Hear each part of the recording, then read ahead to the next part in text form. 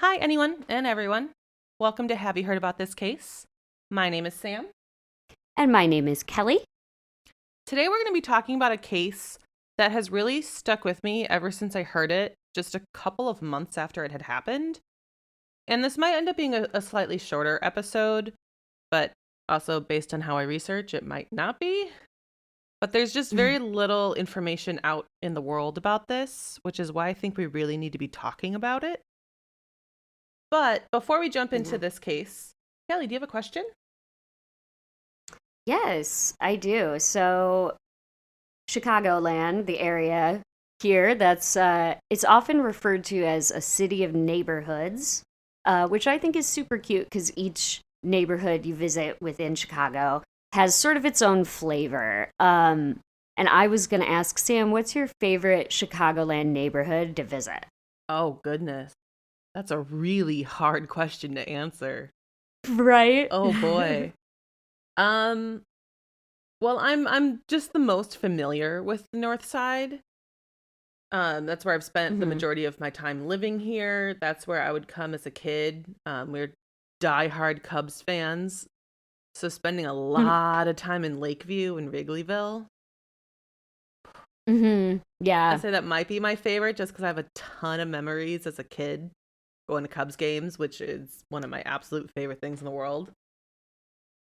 Oh yeah, and when there's a home Cubs game, they're shutting down Oh streets yeah. around here. Everybody's charging like $60 for a parking spot. You have to have an in, um, and somebody in the Right. neighborhood or be willing to sardine can into the L and just Yeah. pack yourselves in. Yeah, I have a lot of good memories at Wrigley, a lot of concerts that have been really great. So I'd have to say Wrigleyville specifically. Yeah. What about you? What's your favorite? Well, I am also mostly familiar with the North Side. It's where I've lived since I moved to the city. And I would say my favorite one to take when people visit town, I take people over to Andersonville. Oh, I do love Andersonville. Um, yeah, it's just a little north and west of where I am now. I'm sort of right in the area where Sam just talked about that Wrigleyville, Lakeview area, and Andersonville is just so cute. It's got just fun things when you want to tour through the town, but also really awesome things like my favorite oddity shop, Woolly I'm Mammoth, actually is looking at there. my Shout out. mug that has my woolly mammoth sticker on it right now as we're talking.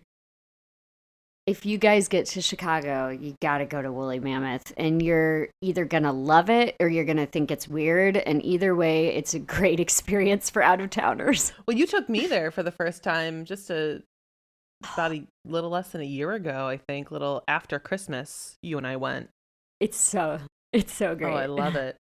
And there's also just a ton of other like artisan shops in that neighborhood, Absolutely. which Yeah, I yeah, yeah. love. Shopping local and people who are these artists creating their own hmm products. Incredible. It's so cool. It's so cool. There are multiple venues like that host essentially booths of local artists, like Sam just said, all the way from like your pottery down to like people who are making clothes. It's really cool. Yeah, cute little neighborhood. All right, well, we will be talking about some more neighborhoods actually. So that ties in pretty well because we are going to be kind of jumping around Chicago and the suburbs for this one, because it is another local case for us. Which I think is super awesome. This is one that really just it blew my mind because it's so recent, but Mm-hmm. I never heard about it from anyone other than a YouTuber. And that That made me is so frustrated. that's wild. The name doesn't jump out at me either. Well, that's the Seeing this, thing. I haven't I heard. haven't seen it in the news. I think maybe in the last handful of years I've seen it once on which would have been Mhm. recently on the 5-year anniversary because this happened in 2017. This Wow. is very recent. Yeah. But it was one of those things like, oh, we still know nothing and it's been 5 years. Like one of those articles that's a paragraph. Ugh, I hate that. don't you hate that? It's just like, we got nothing. Like, when it pings on your Google alert, and then it's like, well, we still have nothing. And you're Right. like, ah. Or like a republished article or something. Yeah. And I Yep. wish I can't even give the YouTuber credit because I remember she posted it probably 3 or 4 months after it happened, but she no longer does YouTube and she specifically no longer does true crime stuff. And I think she's removed all of her videos. So I can't remember her Oh, name wow. and I can't find her video and I have been searching for it.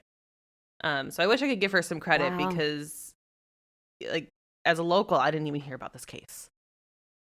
Mm-hmm. But if you haven't heard from our title already, our case is Cheyenne Klus. And she grew up in Downers Grove, which is a western suburb of Chicago. And like I said, it's just disappointing to not hear anything, especially as somebody who Yeah. like looks up true crime frequently as a local, not hearing about Yeah. it. But also with the reporting in this case, I want to mention that the dates are very confusing. They are not consistent with each other. Some of them are off by 1 day, some of them are off by a couple of days. And I've kind of developed my own timeline that we'll go over, but know that it gets really confusing. And I don't Fair. think it's the most important detail in this case. Like, obviously, dates are incredibly important. We need to know what happened when. But you'll kind of see it's not the most crucial in this case because there's so much unknown that it's hard to properly define the timeline. Right. Right. How do you construct it with nothing to support it? Exactly. And I also wish that I could find more information about Cheyenne herself, but that's been very difficult to find. I went through some of her social medias and really tried to understand what her personality was like. But as most of us know, social media is not the most reliable glimpse into somebody's actual life. So I don't want to rely on that too Too true. much because it's kind of your generic young. She was 22 at this point in 2017. Wow. So she's just kind of in that world where your social medias all kind of look similar to each other. So I can't feel like I get a great vision into her personality from that. That's true. Social media is just, especially, gosh, so young, only 22. Yeah, I imagine it looks like a 22-year-old's Instagram. Exactly. But one thing I could definitely tell was that she was close with her mom. And unfortunately, her mom passed away on January 13th of 2016. And she disappeared December of 2017. So about 2 years previously, her mother passed away. Oh. And it really sounds like she was very close with her mom. And before her mom's death, a lot of her friends described her as happy-go-lucky, which was kind of the only real description I could find of her. But based on just kind of what you would see on her social media, that matches. Again, social media can be very fabricated, but you can kind of see it. And they say after her mom's death, she was not this happy-go-lucky girl anymore. And unfortunately, not long after her mother's death, her dog also passed away. Oh. And this really seemed to set Cheyenne over the edge. Her dog was what was helping her through her mother's death. Oh, God, that's awful. So unfortunately, she really, really started to struggle and became very noticeably depressed to her friends. And she started hanging out with the new people who were introducing drugs into her life. And I will say, I have no idea what drugs these are. So I don't want to speculate too much on that. This is 2017. Technically, weed is still illegal. But who really knows what it could have been? It could have been coke, it could have been heroin, it could have been literally anything. Every article I saw just mentioned drugs. That's it. Drugs, yeah. And you're so right. Like, in 2017, they're still calling weed a Schedule 1 narcotic. Like, it would fall under the mantle of drugs. Yeah, I have the feeling it's not weed, but there's Mm-hmm. no real information on that at all. And I do Right. think it has the potential of being incredibly important in this conversation. But at the same time, it's one of those Mm-hmm. things, as I was kind of talking about the timeline, we don't have enough information to put the importance on Uh-huh. it that it needs. Right. Okay. And some of Cheyenne's friends started saying that she started seeing some older men. And like we mentioned, Cheyenne was 22. So she is an adult. She 100% has her own choices. But her friends said that this seemed a little out of character from how she acted Mm-hmm. previously. Again, she's Right. 22. That is a huge time-changing period of your life. Yeah, it's true. You're going through a lot of changes in, you're growing up even more, 22, you're probably just leaving college. See, that's actually something, Or I don't at know if least, she went to college. I couldn't even find that information. Like, wow. there's so Wow. little, And and it's so so low. frustrating. It's so local, too. Like, Exactly. what? Oh, no. But one of these men that she was seeing at this time, his name was Brian Biddle. He was 38, and he was Okay. the last person that was confirmed to see her. Okay. This is where it starts to get a little complicated. And I have a cat who Mm-hmm. wants to be very playful right now, so you might hear some meowing. Rigby says this is where it starts to get really Yeah, interesting, folks. he's getting into it. But I'll say about their relationship, I'm not terribly sure if they were in an actual committed relationship, if they were hookups. Mm-hmm. But one thing we do know is they minimally repeatedly saw each other. Okay. That's all we Yeah. really know. And it's one of those things where there's so many different scenarios with it. Some could be completely just irrelevant. They could have been just friends. Right. It doesn't really matter unless you go down like one path of investigation with it, which still needs to be investigated, Mm-hmm. but isn't 100% Did crucial in this moment. Did it say anywhere like how long they had been repeatedly seeing each other? No, and I tried finding that as well. I'm kind of Okay, making so the he's assumption based on the way that her friends described her and going to her Mhm. mother's death 2 years before this. I kind of feel like the change was pretty rapid for her, and over this Mhm. 2 year period of time, she started seeing these different men. So I'm just assuming it Yeah. isn't terribly long. Right, anywhere in that like 2-year window. Is 2 years is the max. Yeah, She's well, been maybe we'll running come into this across some fella. details that it might not be the max, but again, it's just speculation. Okay. There's a lot of True. really All right. weird things to this case.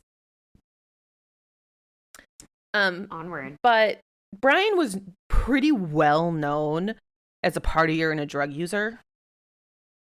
And from the snippets I was able to find in the reporting, I have the feeling he is kind of a binge partier.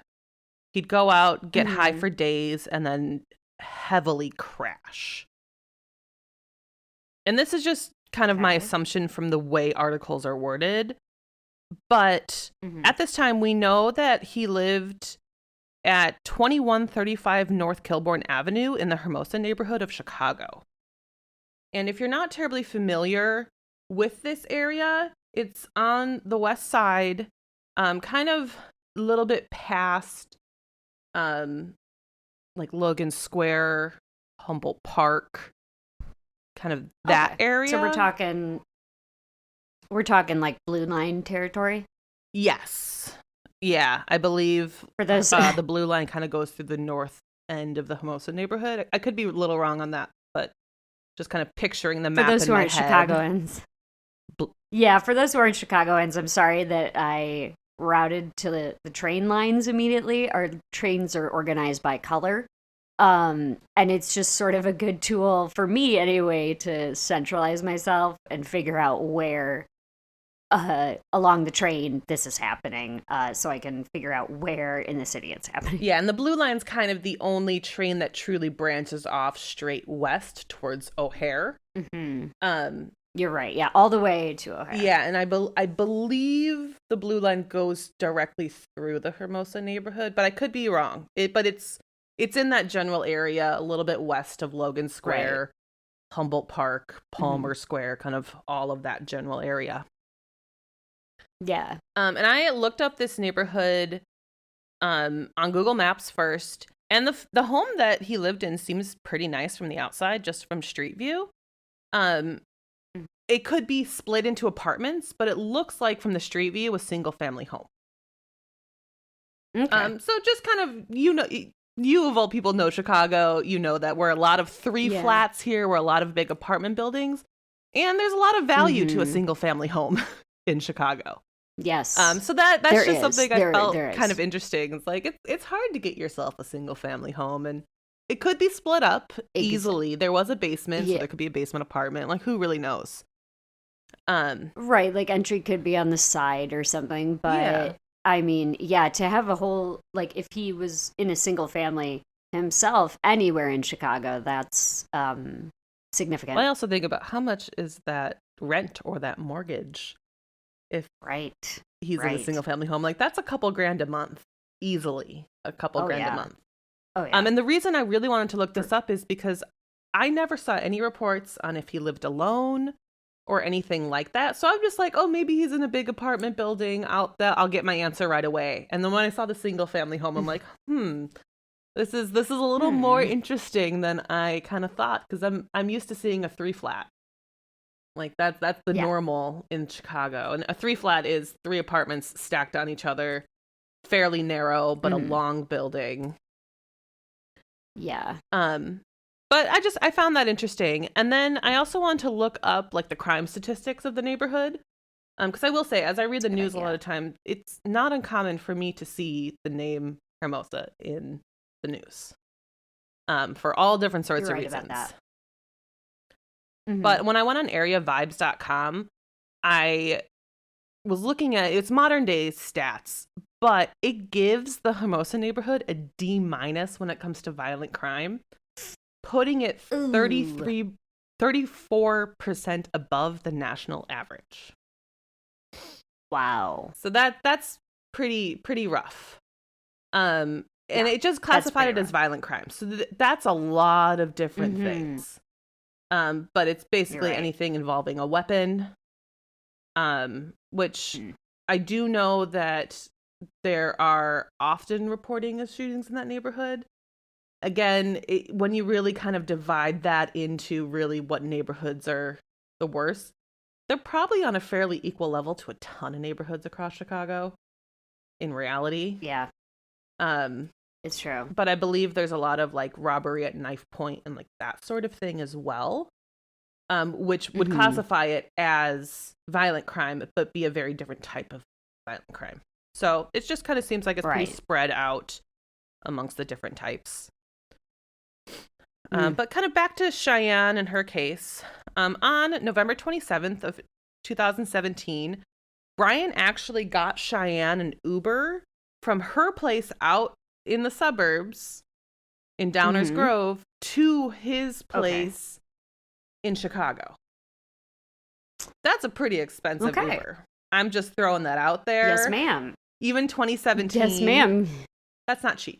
Yeah, even I would think especially 2017, because that's kind of before, I mean, that's Uber was in like a different place then. But they also didn't do the surge pricing like they do now. At least I don't think they did at that point. That's true. But still, that's easily a $40-$50 Uber on a good day. Easily. Absolutely. Yeah, absolutely. Unfortunately, Sam speaks the 100% truth. To get yourself out to the suburbs in an Uber like that, it's not cheap. Well, I just look at it. You and I are a handful of miles apart from each other in Chicago. We're probably 4-5 miles apart. We do. We live incredibly close. We have the ability to be at each other's places in 10 minutes if there's no traffic. But Absolutely. it could easily be a $60 Uber between our apartments. And we've canceled plans on multiple occasions because we're just like, this is stupid. Right. I just can't get anywhere. Yeah, because people are everywhere. If you catch it at the wrong time, like, oof. Yeah, so I'm just kind of thinking, like, going from suburbs into city, that's a lot. And I think that, to me, is they probably were a little more than just friends, if he's paying for that. Oh, yeah. Just in my, Yeah, I feel like he's spending some money on her to get her there. Right. But my logic follows the same route that, like, it's a pretty expensive Uber to call just to, like, hang out and play video games or something. Well, that also kind of goes to my thoughts of, like, does he live alone? Does he pay for all of that rent? Like, right. we just don't know. This is just where my brain is going while reading all of these things. But when Cheyenne left her home, it seems like what she took was her laptop and potentially some clothes, which that seems pretty standard to me. Yeah.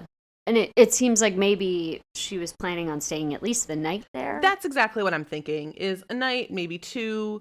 This is, I believe, Thanksgiving weekend, November 27th. Okay. That's right around Thanksgiving. So yeah, that would make sense to me for her to take stuff. Yeah. Go for a couple of days, max, maybe. Yeah, absolutely. And head back home. And according to Brian, they partied for a while. And a while meaning potentially a couple of days. Which kind of matches my theory from before, thinking that he's a binge partier. That can happen. It does. It does. And also that maybe says something about what sort of party it was, what sort of drugs may have been involved. Well, that's why I think, like, it's more than just weed. If it's for a few days, it's probably something that's keeping them up and awake for a few days.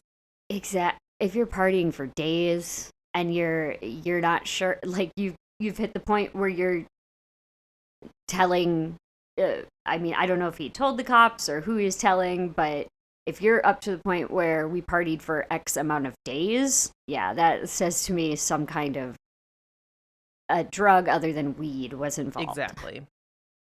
But they ended up back at his place, and what Brian is saying is he totally crashed after all of this, and he ended up sleeping for 18 hours. And when he woke up, Cheyenne was gone. Okay. So that again goes to the theory that they're partying heavily for him to sleep 18 hours. Yeah, 18 hours, that's a pretty long time to be KO'd. Exactly. And to me, I don't think I've ever slept that length amount of time in my life, ever. So I'm not a partier.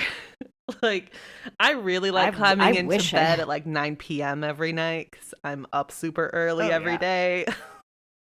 Like, yeah, absolutely. I mean, so not my life. 18 hours. I can't understand it. But people do it. I know people do it. I would love to get 18 hours of sleep, I feel like I would hate it. That's just not. I haven't tried it, so maybe it's great. I'm an early morning person. Sleeping 18 hours means that I'm not up at like 6 a.m. every day. So my body will just feel off and wrong. Right. You're like, the whole routine is, it's ruined. And if I'm not up, the cat makes sure I am up. So. Yeah, exactly. I was like, man, 18 hours. Arthur would be like knocking on my door. Right. You have to actually let him out. Rigby just wants attention. Yeah. He just wants pets. Yeah, no, I have to take this little gremlin outside every morning. So no, Rigby's just a needy boy. That's all it is. And also, in the 18 hours, he wakes up and she's gone. Yep. Huh. So this is really where the dates get truly confusing. According to missinginillinois.org, Cheyenne disappeared on December 2nd. But according to the Charlie Project, she disappeared on December 1st. Those are two sites that I typically very much trust. Mm-hmm. And they're both saying different things. But then also, True Crime Daily said that she disappeared a day and a half after she left her home in Downers Grove, which would make it November 29th. I feel like this is one of those like math puzzles. Yeah. Like, reading through this, I'm just like, what is happening? And I need to figure it out. Right. So I believe True Crime Daily. Couple of reasons why. Mm-hmm. Okay. They interviewed people that we actually saw on camera talking about this. Mm. That's just number one. They weren't city officials. Right. Well, they did interview some police, but the people who were saying a day and a half were people who we'll talk about in a little bit. But then also it makes sense with some future things that we'll hear, which we'll dive deeper into as well. But I also feel like saying, hey, somebody's partying from November 27th to November 1st, November 2nd, that's a really long time. Yeah. Yeah. I was going to say, I was already doing the days in my head, like all the way till December 2nd. That's quite a long time. Yeah. So I think that November 29th, they're partying for a day and a half is what they're saying. Right. Makes sense to me. But also, because that's already what, 36 hours? Yeah. So a potential amount of time you could lose track of while partying, and also, a significant amount of time to be partying for you to kind of crash the way he did for 18 hours, Exactly. That makes sense. And another reason why this isn't the most crucial thing in the world, as I was kind of saying before, is we have the confirmation that she left her home November 27th from Downers Grove. That is the true 100% confirmation that we have. We know that Brian got her an Uber to his place, but we know nothing after that. I haven't seen a confirmation that she officially arrived at his place, even though I truly think she did. It's just like we don't have anything that is like truly concrete, truly reported saying, yes, this was her last sighting beyond November 27th. Okay. So it's important, but I think November 27th is kind of the date that should be kept in our heads a little bit more. But also, like, okay, you're partying, you're out doing stuff. Are you seeing other people? Like, is it just the two of them in their home, binging for this time frame, crashing at home? No one sees either one of them in this time frame. Are they out at a house party? Are they out at a concert? Are they out just in the city? No information. Wow. You would think, like, if they were really out partying, there would at least be a couple people who would have come forward and said, like, oh yeah, I lived down the block and I saw, those two come home super hammered. Or that's why I'm wondering I if was there's at the bar. Other apartments in their house. Do they have a basement apartment? Yeah. Could they hear stuff happening downstairs? Could they hear music? Could they tell that people were home? Right. And we have none of that either. None of it. Yeah, right? Frustrating. So now, while Brian is sleeping for these 18 hours, Cheyenne was actually texting a friend of hers. And her friend Chad. She grew up with Chad. They are considered best friends. Kind of tell each other everything type of friend. And she was texting him just a little bit after dawn. Again, we don't have a date, but my assumption is November 29th based on what we previously talked about. But that would be my assumption as well. Yeah, I just feel like day and a half, that's been repeated so many times, and we know her disappearance on the 29th. Yeah. But she's texting him just after dawn saying she wanted a ride. Okay. Chad didn't see these messages initially because it's just before dawn.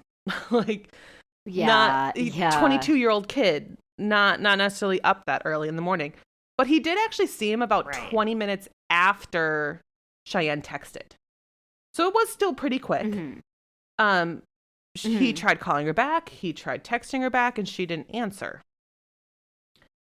But Mm. in these messages that Cheyenne sent, they really seemed pretty desperate for a ride. And when he wasn't immediately responding to her messages, she would text him Mm. stuff like, "Why are you answering me? I need your help," like things like that. Mm-hmm. But she also wasn't providing Oh, an okay. address. She was just saying that she needed a ride. Um, like, we Right. don't know. Chad could have easily known where Brian lived. He could have easily known that Cheyenne was at Brian's house. So there wasn't a need Yeah. for that. But I just find that Right. interesting that she's sending all these messages and within 20 minutes, she's not getting an answer. Yeah. And then she does get an Exactly. answer Yeah. and she's gone. Yeah. So Wow. this is so bizarre to me. And don't forget this because we're going to continue to move on. But I think this is something that's Mm-hmm. very important. This text exchange. I think so. I think so too. And yeah, that's pretty. If you're texting your best friend and you're desperate to get picked up, you're in quite a pickle. Well, From my own personal experience. I also think the time frame is very bizarre. I Mm-hmm. think post Yeah. dawn in late November, that's easily 7:30 in the morning. Yeah. That's pretty early in the morning for the average person to be asking for a ride, let alone somebody who's been known to Yeah. be partying Yeah. for a couple of days. Mm-hmm. So I don't know. I think something is weird there, but again, we just don't know. Right. But like that's the last piece of quote unquote concrete information that we have on Cheyenne. Wow. We know nothing about what happened in those few days, but it doesn't seem like the fact that was her texting that morning has ever been disputed. I believe that was her and not somebody on her phone Mm-hmm. because I just feel like Yeah. it's too weird to not be. Yeah. And yeah, like, I don't know why, if you were somebody who was using her phone, you would say, like, I need you to come get me now, come get me now. I would imagine it would be texts like, everything's fine. Exactly. But this is where I think the December 2nd, December 1st dates that I mentioned previously before come in. I believe that's when her dad officially reported her missing. Okay.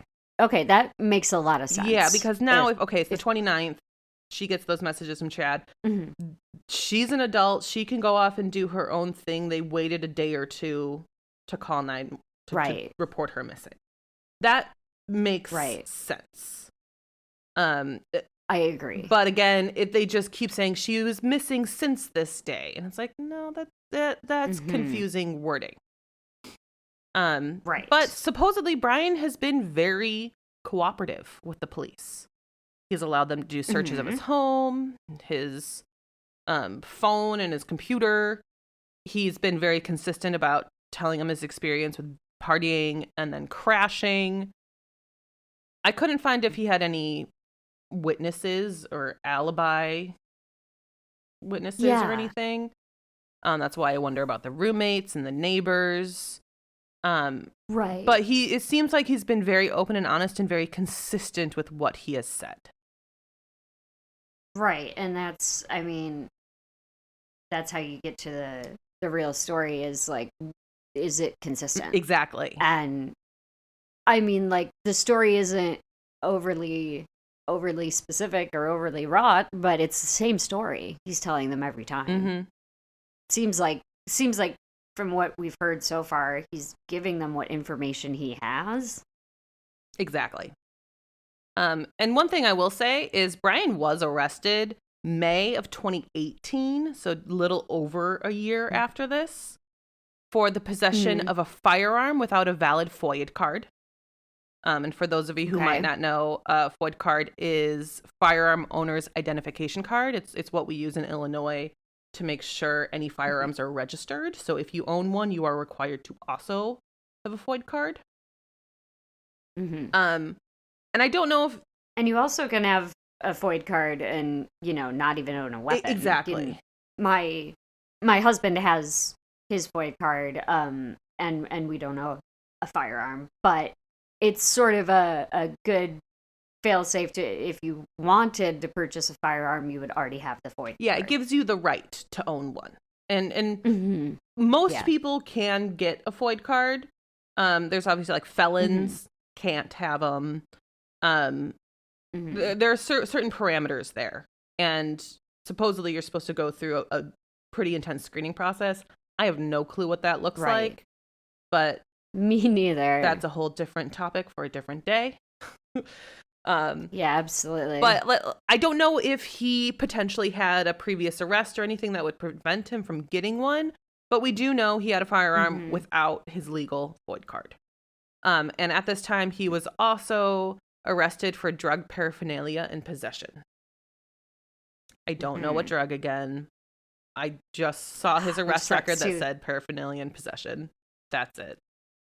Because even if they put, like, he had possession of a Schedule I narcotic, like, in 2017, again, could be heroin or it could be weed. Exactly. And I couldn't really find a whole lot of arrest record stuff. I saw, like, screenshots and things. But apparently Brian Biddle is a fairly common name. So I just found a lot. Yeah. So it was kind of hard think about that. Narrow it down. I did find a arrest in Indiana in 2009, which Indiana being right next to Illinois, understandably could be the same person. And this was a DUI at this point, and he would have been in his mid-20s. Like, it's totally possible that's him, but it's totally possible it might not be. Yeah. But I don't know. It seems like clearly this guy isn't into the best stuff. It clearly seems like he's minimally into drugs, binging, a lot of partying, and yeah, his track record isn't great. Exactly. But we don't know much else about him. Right. So now things get even crazier. On December 11th, a call came into 911. This call came from Cheyenne's phone. Oh. Before the operator could even answer the phone, the call was disconnected. Yeah. Okay. Very weird. And for those of you who might not know, when you call into 911, your call is immediately recorded, even if it's still ringing to the 911 dispatcher. They record any sound that comes from your side of the phone. And in that short recording, before the dispatcher was able to answer the phone, that's when this call hung up, and there was no sound to it, from my understanding. Okay. And so, let's say this is Cheyenne. She calls for some reason hangs up. Whether this is free will, whether this is forced, still pretty weird. Yes. Authorities were able to determine that the call was made from a forest preserve named Mallard Lake Forest Preserve. And this is out in Mallard Lake, Hanover Park, which is a western suburb of Chicago. This is about 20 miles from Brian's house in Hermosa and 18 miles from Cheyenne's house in Downers Grove. Oh, I am of two ways about this in my brain, because I'm like, one way I'm like, of course it was a forest preserve. And the other way is it still just runs a chill down the back of my neck. Like, oh no, the call came from a forest preserve. That could mean so many different things. But the flags that it raises in my head are not good ones. No. And this is where I felt I was able to define my timeline the most accurately. Because almost every single report I saw said this 911 call came in 12 days after her disappearance. Well, if you look at all the dates that they provided from us, She left her Downers Grove home on the 27th of November. 12 days later, make it December 9th. That doesn't work. And if I've read that she disappeared on December 1st or December 2nd, 12 days would be 13th or 14th.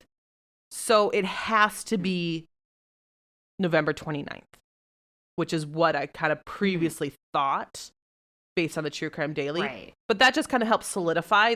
I truly believe that is our timeline.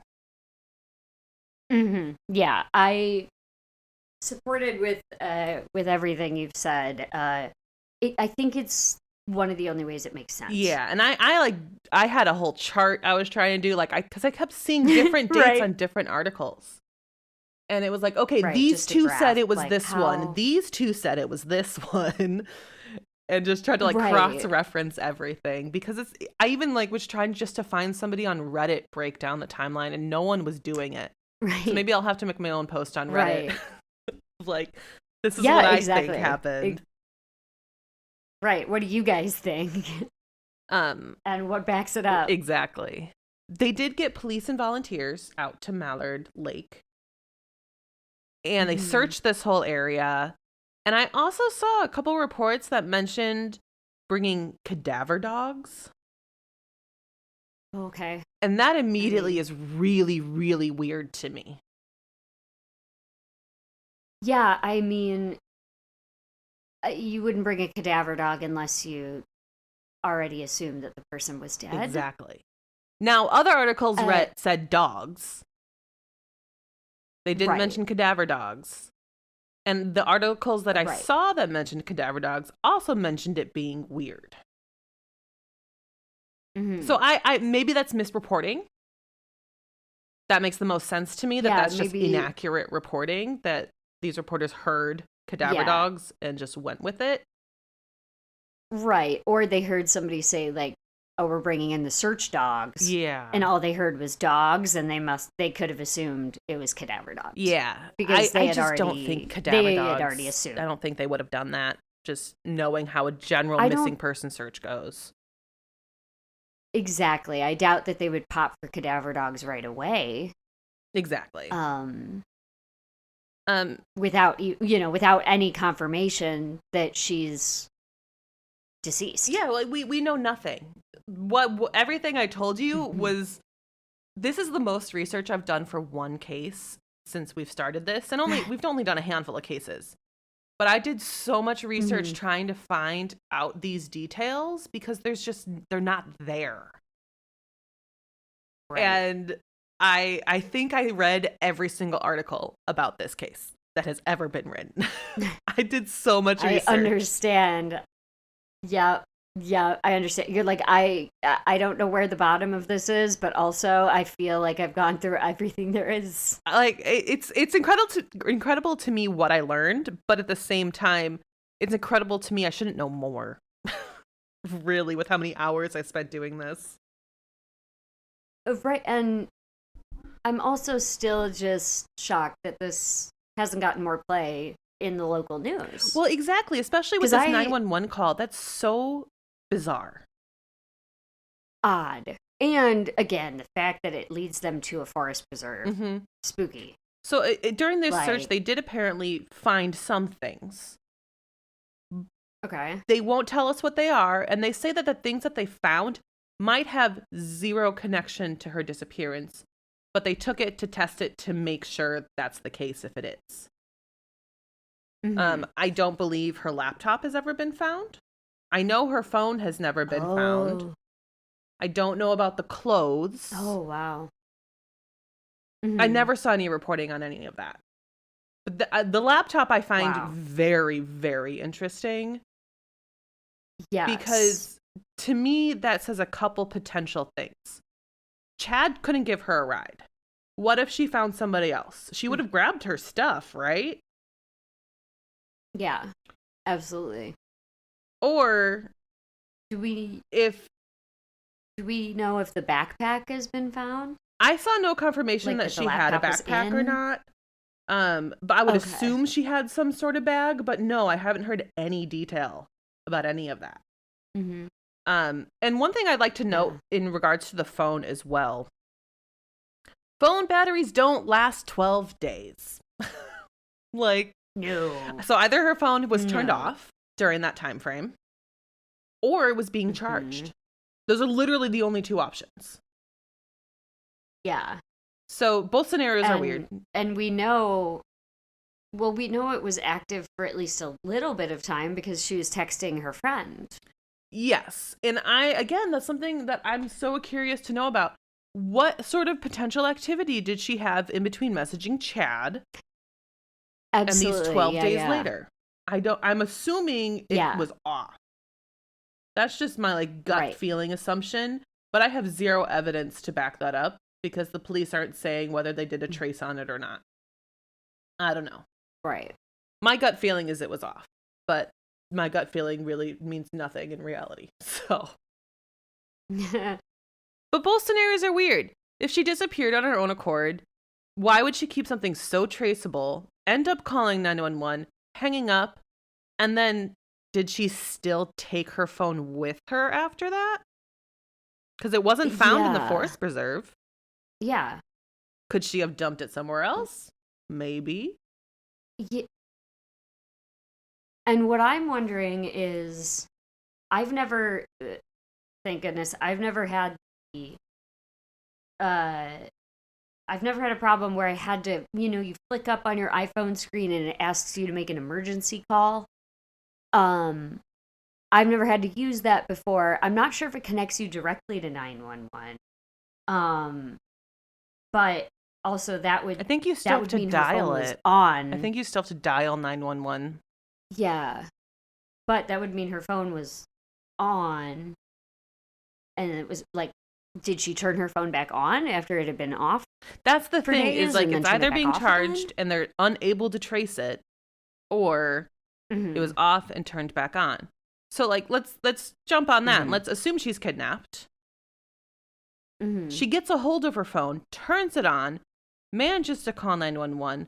Whoever took her was able to get the phone back quickly, subdue her, take the phone with them, get out of there without a trace, and dump the phone later somewhere else. And I mean, fast enough that the 911 operator couldn't even pick up the call. I will say, I've needed to call 911 just a couple times in my life. I've had times where I've had it immediately answered, and I've had times where I get 3 or 4 rings. So 3 or 4 rings, that could be 15 seconds, maybe.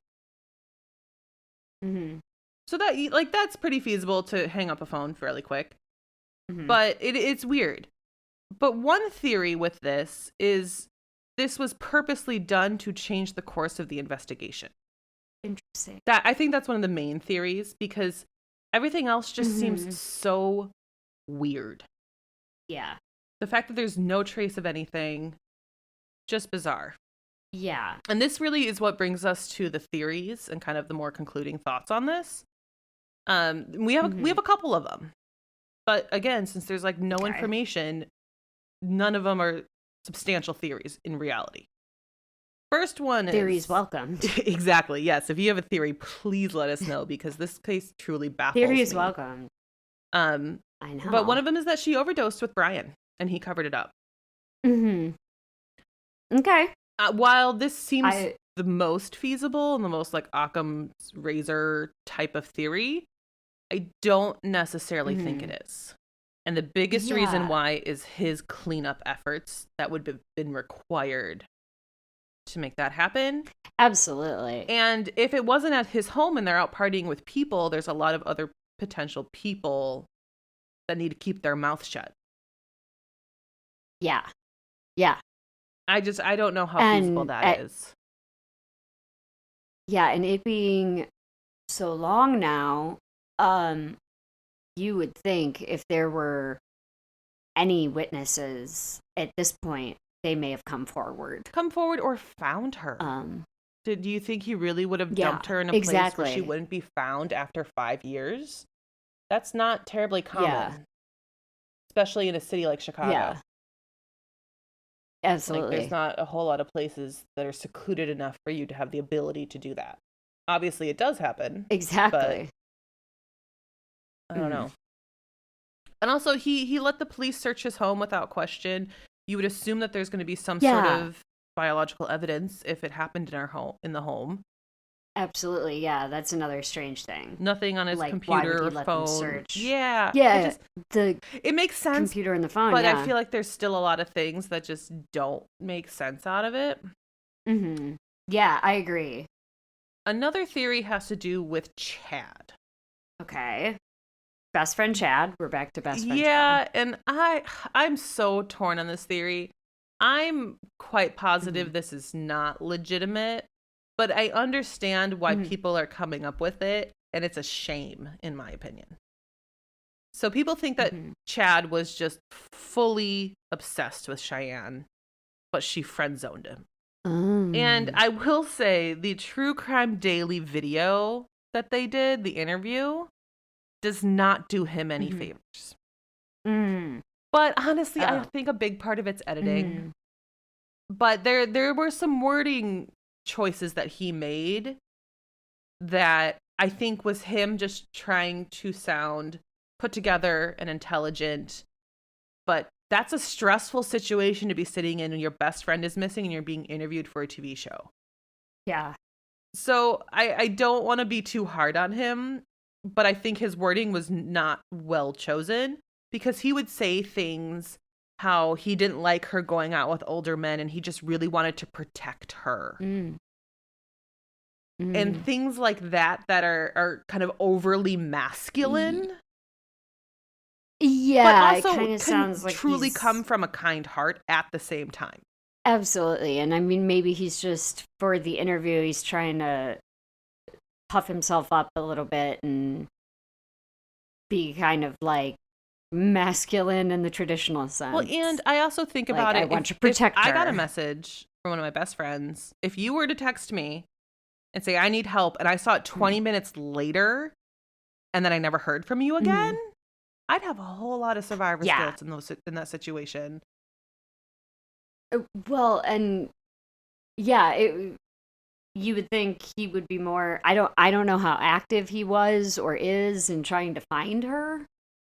Um but you would think if yeah, especially if you were the last person known that this your best friend texted, I mean, Yeah, I if you just were obsessed with her, you would definitely be around for like the searching and it sounds like and he all that was. stuff. It really does sound like he was. Oh, okay. I think True Crime Mhm. Daily didn't do him a favor when it came to this interview. And sadly, because of the Mhm. terrible reporting on this case, just the lack of reporting, that's the most Yeah. solid report that we have. That's what everyone is seeing when they Mhm. are looking at this case. Mm. That and so I understand why people are coming up with the theory while I don't agree with it. But they kind of go along the Mhm. lines of, okay, he did actually go pick her up. Something happened. They could have gotten into a fight and kind of like a rage kill Okay. something. Mhm. I don't like again, I don't know. Another theory is that he's the one who kidnapped her because he didn't like her lifestyle and wanted to get her out of it and forcibly took her out of it. And that's why the Hmm. 911 call came in later. Like again, I don't like this theory. While I Mhm. understand where the roots of it came from, I don't think so. It doesn't hit as well as the first theory. Well, and like also, okay, you're coming forward in this case saying, "Here are messages from my best friend. She went missing." And then Mm. you live so far away. Supposedly, you got in your car, you went to pick her up, you went to kidnap her or whatever. There's no Mm. trace of you doing this. Like you're already handing over your Yeah. phone for investigation because of this. Mhm. Like there's not even an iPass toll taken, which there doesn't need to be an iPass. For those Right. of you who don't know, iPass is basically our Illinois tolling system, and it's like the automatic Mhm. payment box that you keep in your cars. And you can take Right. locals. You don't need to take a highway that has an iPass. But I just like, you think of Yeah. all those little things and none of that information seems to be available. And I feel like that could be fairly easily traced if he was involved. Yeah, absolutely. I agree with you. If like this whole thing happened, that significant drive all the way to get her, it would be documented. Exactly. Now to our last two theories here. Cheyenne did it on her own. She chose to leave. Mm-hmm. Mm-hmm. Again, I don't buy this because it's very, very hard for someone to walk away from their life. Yeah. There's so many more factors than someone being unhappy with their life to make that decision happen. And it takes a whole lot more support than I think people would realize.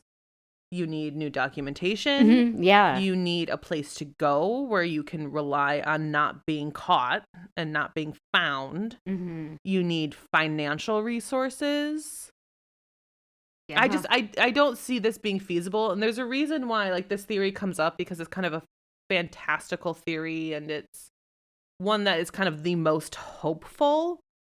But when you break it down, and I think, if I remember right, it's been a long time since I've listened to it, but I'm pretty sure the guys from Missing Maura Murray broke this down really well in some of their early episodes. Mm-hmm. And just, it's so difficult to make that happen that it's almost impossible. While it's not impossible, it's almost impossible. Yeah, it without involving, like you said, a cortege of other people, like people who would see on the news that she's missing and then be like, oh, I forged an ID for that girl. I wonder how much money a tip will net me. Exactly. Yeah, I don't think, like the 911 call also throws me off from that too. Like, did she make that call herself? Would she risk that if she's choosing to walk away from her life? Did she hire somebody to do that? Now that's another person involved who could know something. Like, exactly. It just doesn't seem logical to me. Again, we just don't know enough information, but I think fantastical is probably the right word for it, because there would just be like something that would probably be documented. We do know she also did still have family. She did have a dad. I have no clue how close they were, because all the reports really kind of talked about the impact of her mom's death on her. But she did still have a dad who she was living with in Downers Grove. And in the True Crime Daily video, her aunt was in it, and her aunt mentioned that she had sisters. It's the only time I ever saw it mentioned. Okay. Only time, but she did say that. Wow. So she did still have family. But what kind of adds to this theory that people are kind of grasping at straws at is she was arrested a couple of times, one of which was shortly before her disappearance. And people are saying that this incident is what kind of made her make that choice to walk away. But she was arrested the first time for underage drinking October 25th, 2015, so a few years beforehand. And then she was arrested again September 22nd, 2017. So she was arrested these two times that I found in most articles that I was reading. And when she was arrested in September 22nd, 2017, it was for obstructing identification and illegal transportation of alcohol. So it kind of sounds like she lied to the police about her identity in some way, which could have just been giving a fake name or a fake ID verbally. She could have just said something different. But then it also sounds like she had open alcohol in a car. That's what the illegal transportation of alcohol is. Okay. And so I was on mugshot.com, and I honestly, I don't know how reliable mugshot.com is. It sounds like one of those sites that could actually be legitimately real, or anyone could put information in like Wikipedia. I don't really know. I just want to kind of point that out. But I did find some more information that I didn't see reported anywhere else. Um, but I did see that she had a second underage drinking arrest in February 15th of 2015. So this would have actually been the first one, and the previous October 25th, 2015 would have been her second one. Yeah. But then I also saw a fourth arrest. This one didn't come with a photo when the other ones did. But it says that she was arrested for retail theft on January 30th, 2017. So just less than a year before her disappearance. Right. And about 9 months before the September 22nd arrest, which was just a couple months before her disappearance. But one reason why I don't 100% trust mugshots.com is because I didn't see that September 22nd arrest for obstructing identification and illegal transport of alcohol in mugshots.com. Oh. But I saw that reported the most. So I like I said, I don't know if I can trust it, but I found that very interesting. And all of those arrests kind of make sense to me, potentially with or without the retail theft for less than $300. Yeah. It sounds like maybe there wasn't a mugshot on that one because, it was petty theft and, maybe just settled. Yeah. Or it didn't happen. Maybe the website's just wrong. I honestly don't know, but I found it interesting. Yeah. Regardless, and I thought it was worth mentioning. But that's kind of the reason why people think it's odd. She walked away from her life. And my argument is, if all of those arrests are true and real, then that last one was not likely the trigger because it's happened before. Right. I mean, it was just a different charge, she's at this point she's potentially familiar with police at this point. Well, that's one reason I'm also a little bit interested, and I didn't really mention this before because I didn't want to give too much information earlier, but looks like the first 2 arrests for underage drinking were before her mom died. Oh, okay. So it looks like minimally one of them was fairly close to when her mom died, the October 25th, 2015, because her mom died January 13th. Of 2016. So this is not. So it would not be super irregular. It's not like her mom died and then she got arrested 4 times. Correct, but her mom was very sick with liver failure. On. So her mom was very possibly very, very sick during that October arrest. And that could have been a way of coping. Yeah. So again, I don't find that weird. The February 17th, 2015 one potentially being the first arrest ever for her. I find the most interesting. Yeah. Her mother still had the ability, the potential to be sick at this point, but maybe not. Yeah. And I wonder if that was a trend of her starting this partying before all of that, and then after her mother and her dog died, when she was at her lowest of lows, that's when she took it to the next step. Yeah, exactly. That's what I would be interested in finding out. Just if this were a change in behavior after the deaths she experienced, or if this was something that had happened prior to and afterward. Yeah, and again, it doesn't necessarily have too much weight, but at the same time it could. She is a teenager. Yeah. It is not uncommon for teenagers to party. Yeah. I think in all honesty it's more common than it is uncommon. I will say. Oh yeah. I was not a partier as a teenager. I know was the weird one, I felt like in my school. But no, I wasn't a partier, and I definitely had moments where I felt like I was the only one who wasn't. Yeah.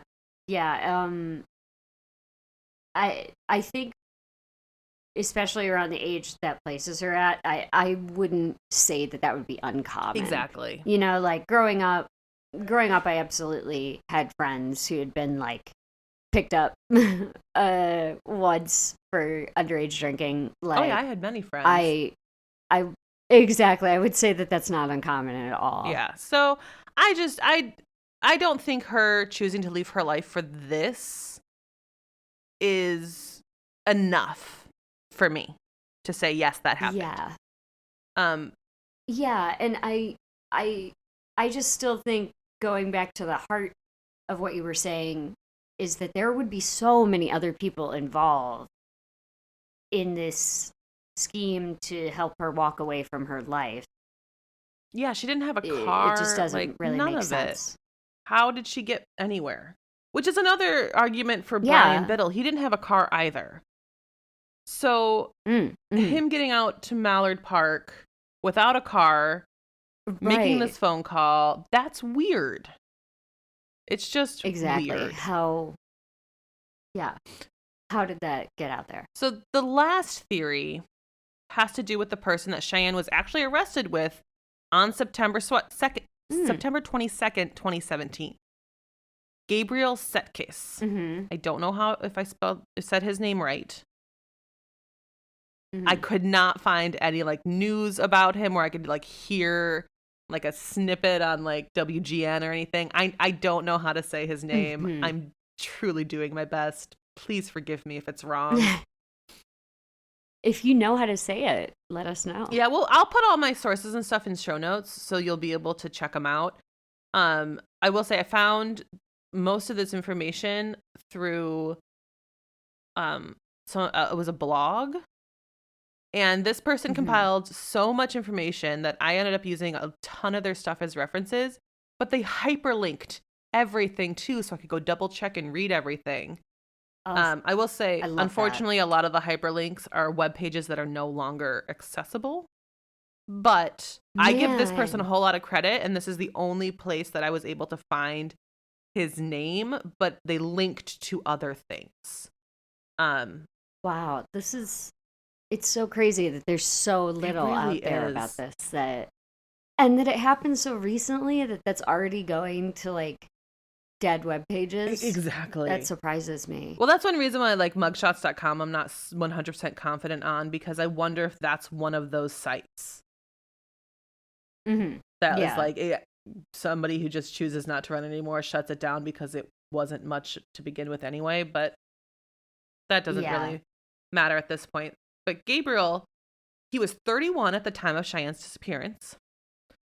And while Cheyenne was arrested for the obstructing identification and illegal transport of alcohol, he was arrested for possession. And it looks like he's been arrested for possession many times. I'm wondering, because he was 31, doesn't that put him in the same territory as her gentleman friend who she Brian Biddle. came to see? Yes, Brian Biddle Biddle was 38. So there's still an age gap there. Okay. But still 9 years older than Cheyenne. Still puts him quite a bit older. But again, I don't put a whole lot of weight on age once you get into your 20s. Yeah, I agree. The only reason I bring it up is I was like, oh, okay, trying to connect dots in my brain. Could he potentially have been someone who was partying with them? I still think that's an like, absolute possibility, but we don't know. Mm-hmm. We just don't. Yeah, but yeah, as I was just kind of saying, it's like once you get into your 20s, age is less important because it's maturity level. And yeah, Cheyenne's right. been through so much within the last 2 years. Her maturity level could have skyrocketed from what it was just a couple years previously. Yeah. Just going through those life changes, losing your that mom can happen. So even though there's a huge age gap difference between her and Brian Biddle, which absolutely has the ability to make a lot of people feel incredibly uncomfortable, it might not have been something big to the two of them because of just the mental maturity. Mm-hmm. But with Gabriel, we knew that he's been arrested for possession many times. Again, the arrest records just say possession. So I couldn't find a whole lot. Um, but we do know that he lived in West Chicago, which is only about 12 Mhm. miles from Mallard Lake. Mm. And what I find most interesting with this argument is in 2011, he was arrested for illegally parking and operating a motorized vehicle in an unauthorized area of DuPage County Forest Preserve. And Mallard Oh. Lake Forest Preserve is a DuPage County Forest Preserve. So Oh. again, this is circumstantial. That we don't know Sure. a whole lot, and these are years and years apart.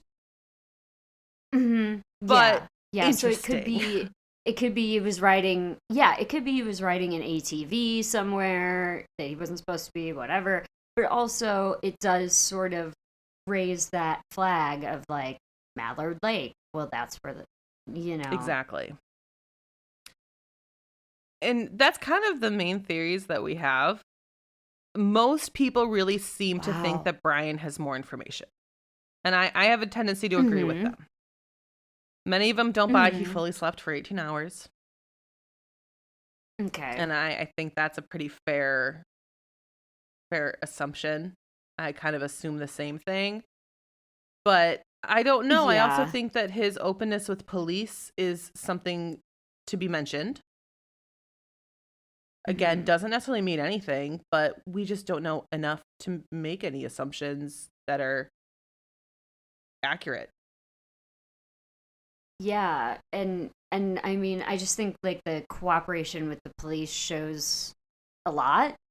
Um, but I do I do see why people don't buy that he crashed for 18 hours because if you were passed out that entire time, I mean, are you positive that it was 18 hours? Are you Mhm. giving the police the correct time frame? Are Yeah, how did the drugs and if you were influence your timeline before passing out?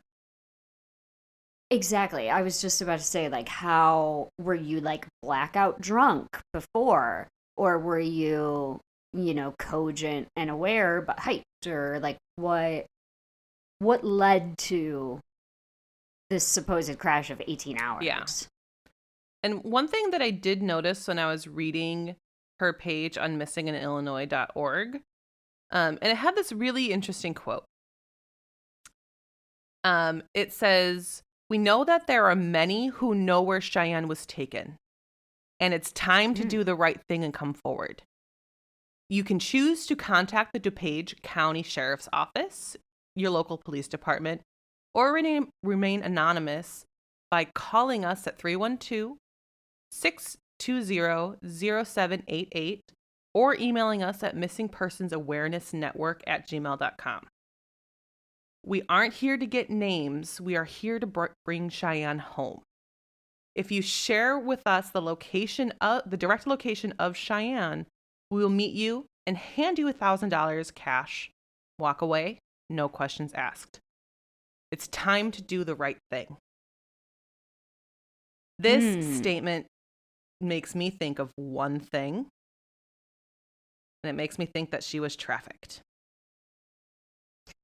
Oh, That's goodness. the only That thing that I can think of is with how this is worded. It is such a specific wording. yeah. You're right. The wording is so specific, especially the part where we aren't here to get Well, names. also, we That's know that very there are many who know where Cheyenne was taken. That yeah. is Yeah. that seems like a network to me, and usually when people are being Yeah. trafficked, it is a network of people. Mhm. There's Mhm. no evidence to this. It's It literally just this quote that I read on missinginillinois.org. mhm. Mhm. But it rubs me the But wrong way, and that's the only it's thing I can think of. it's so specific. It's so specific. And it seems specific the way the words are chosen, it definitely seems like it's written to speak to a criminal Mhm. syndicate. Yeah, like, oh, you were probably involved in this too. If you let us know, you won't have repercussions. Right. Right. And $1,000 cash. Mm-hmm. Like that's, we'll meet you there. We'll give you $1,000 cash. Like that's saying like, we're willing to work with you under the table. You don't have to provide any names. Yeah. And that's literally all we know. I could not find any other information on this case beyond what I just told you. Wow. I would like to conclude this with definitely giving you the phone number for the DuPage County Sheriff's Office, which is 630-407-2569. Anyone with any information, please call, because this case truly baffles me, and I don't understand. Right. Check, like, also it's 2017, right? I don't know if this is like a big advent yet. It can't be a big advent of the Ring doorbell because we're living in the big advent of the Ring doorbell. But like, if you live in that neighborhood in Chicago and you had a security camera, I'm sure that's another big just question. Check it. Just check every it. Every time I've like gone apartment hunting in Chicago, one of the big topics in this was the security of the building I live in. And right. Probably 90% of the buildings I've ever looked at to move have had security cameras in some way, shape, or form on the exterior of the building. Exactly. And I would think even if he was in a single family home, that would say more to me that the people around probably have cameras, because we mentioned earlier that's a very big financial move and asset to have a single family home in Chicago. Well, and when I was going on like Google Maps and stuff, it looked like it was a pretty mixed neighborhood when it came to type of housing. So there were bigger apartment buildings, there were 3 flats, there were the single family homes. And I think, especially when it comes to a bigger apartment building, you at least have a camera at the front and back doors. Oh, absolutely. Yeah. So if you live in the Hermosa area and have since 2017, and you have a way to check your security cameras, I would highly recommend doing that. Even if you think you live too far away from where this happened, you might be the one that catches something weird, like, hold on, these are 2 people I don't know who just crossed through the frame, and or just even saw like, okay, let's say it is Chad and we know his car. Like, I still think that's not did you likely, see a car? But that's the sort of stuff that has the ability to help. Exactly. Yeah, it could be. Is the thing. It could be. Like, is it relevant? Who knows? Is it important to report? I absolutely would. Just in case it's helpful. Or just at the park that day. Like, yes, or if you live around the forest preserve, or if you I don't know if this forest preserve you can hunt game in. Typically, but if you have a trail camera, it's a good question. I don't really know. Okay, yeah, because it's a forest preserve. Knowing where it is, I would say this area you can't hunt in. Just knowing the suburbs. I would have to. Yeah, and in that case, I would have to believe that there may be trail cams that are monitored by the forest preserve. And I wonder if there aren't. Well, there probably should be. Sometimes there are, but usually they're at like specific spots. Like my dad, he loves his trail cams. Yeah, he looks up trail cams frequently for his favorite places, and usually they're at places that have a lot of cross traffic, or places that have a specific view of something like really in particular. Yeah. So I don't know about like a forest cam catching something like that. And I feel like that's something that's so easily researched by the police. But consider it to be something like maybe. Delphi is, okay, everyone who was there had the ability to say, okay, I think I ran into this person. They were wearing this color outfit. That sort of thing can be beneficial. Because if there are then these trail cams or someone walks by, okay, well, I saw this person acting weird wearing a red jumpsuit. Here we go. Right. Yeah. I imagine as soon as they got to the forest preserve, that was probably information that would have been pulled.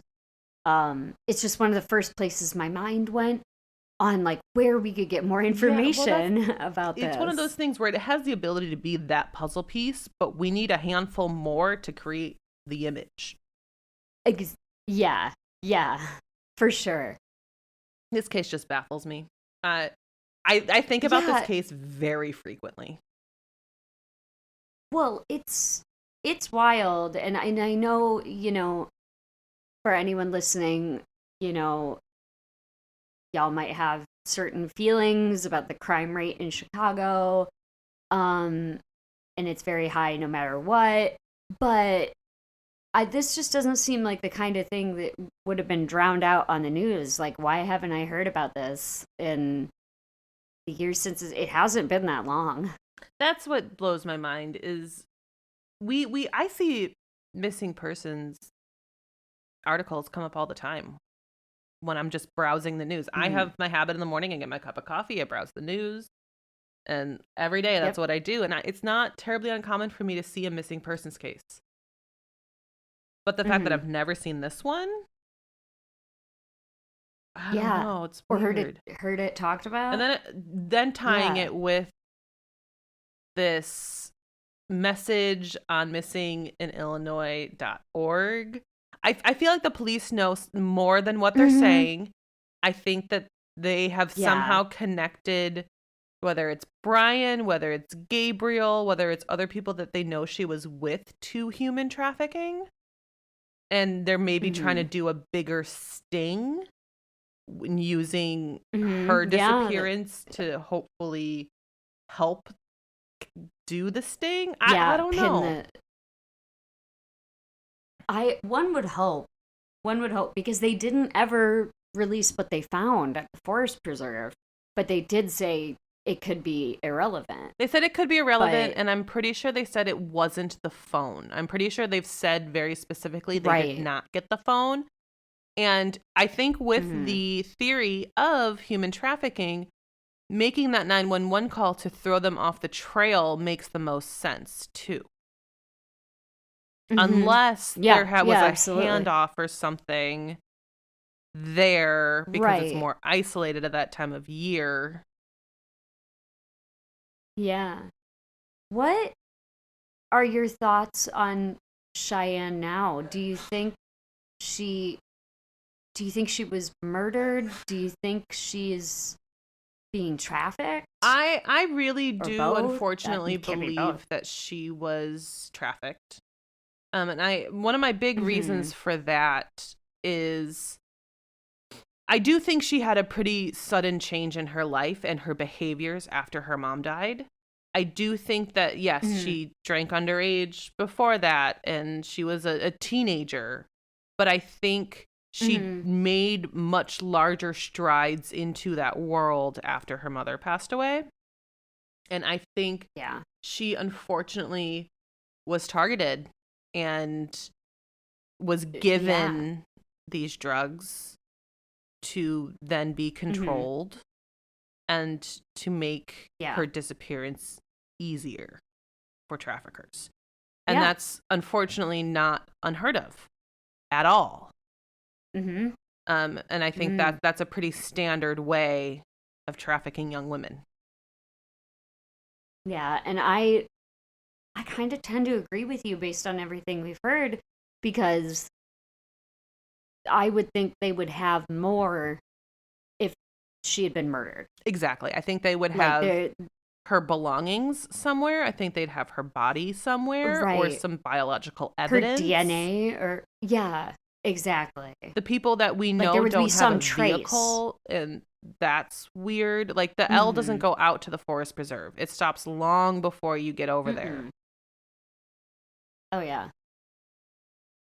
So yeah, I have a gut feeling that I think she was trafficked. But we don't know. The only thing that I can say about that, the only thing I can say about that is, I mean, maybe someday she can come home. Hopefully. If the right person hears, if the right person hears that tip and hears, I don't have to give up a name, I can just come and say where she is and get $1,000. Like, I hope that's motivating for somebody. Mm-hmm.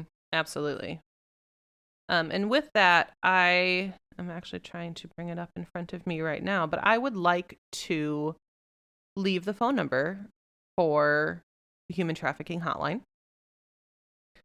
which is 1-888-373-7888. Or you can text you can text 233-733. And I think that's important because I do believe that's unfortunately what happened in this case. And these hotlines are helped to design people who are in these situations get out of it safely. Exactly. I was going to say a text line that's incredible for, the kind of person who may be experiencing this, who can't maybe jump on a phone call and have it heard by, everyone. Yeah, so I hope that this information kind of either helps jog people's memories from this time, because I know most of our audience listening to us is going to be locals to begin with. We are going to reach out to friends and family and coworkers, and those are the people who are going to start by listening to this episode, and you never know what sort of network you have. Yeah. And how that spreads to other people, and maybe somebody through a whole chain of people will know and have something to bring forward. Yeah. Absolutely. All right, but that's all we really have on Cheyenne. Thank you all for listening to Have You Heard About This Case? You can find us on Instagram at Have You Heard About This Case Pod, or you can email us at haveyouheardaboutThisCase@gmail.com. Thank you, and we'll talk to you later. Bye.